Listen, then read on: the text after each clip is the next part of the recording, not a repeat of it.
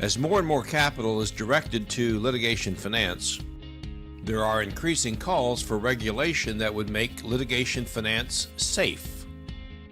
As in other aspects of the economy, however, the first question should not be how to regulate, but rather whether it is necessary to regulate at all. When litigation financiers follow some fundamental best practices, much of the purported dangers of litigation financing disappear. One of the most vociferous and influential proponents of regulation is the United States Chamber of Commerce. The U.S. Chamber has outlined some central principles of regulation that it believes should be adopted nationwide.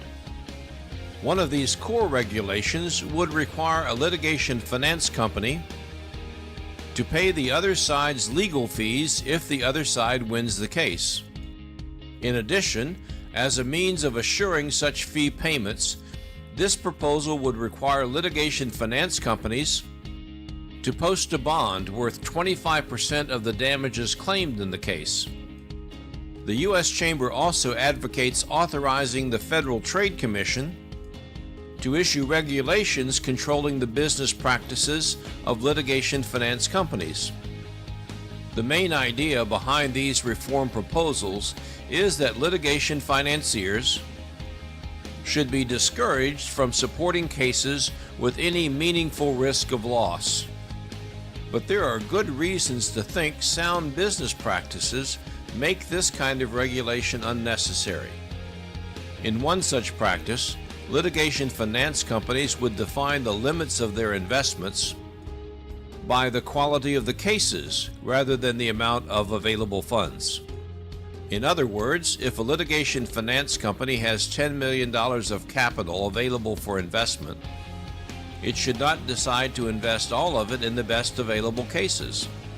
Rather, it should set a standard for minimum case quality and invest only in those cases that meet the standard, even if the company is unable to invest all of its available funds. Another prudent practice depends upon the principle that a litigation finance company should set a standard for investment, that it would only participate in cases where it could earn a worthy return without taking more than half of the recovery. For example, one prominent and successful litigation finance company has averaged a 35% share of the recoveries in all of the cases in which it has invested. Of course, there is no way to guarantee this allocation of the recovery in any particular case. But with careful planning and analysis, an investor can aim at taking cases where its preferred rate of return would be less than half of the likely recovery. These practices provide an argument against two of the U.S. Chamber's main complaints about litigation financing: that an influx of third-party money perverts a plaintiff's objectives in a case, and that it prolongs litigation as plaintiffs seek higher settlements. If investment flows only to strong cases, an infusion of capital from a third party may make life easier in the short run, but it will not change the litigant's objectives.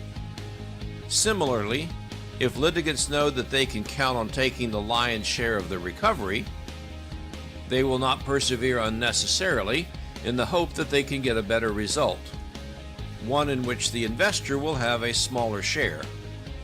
In this way, sound business obviates the need for onerous regulations. If you need help with litigation funding, call or email me today.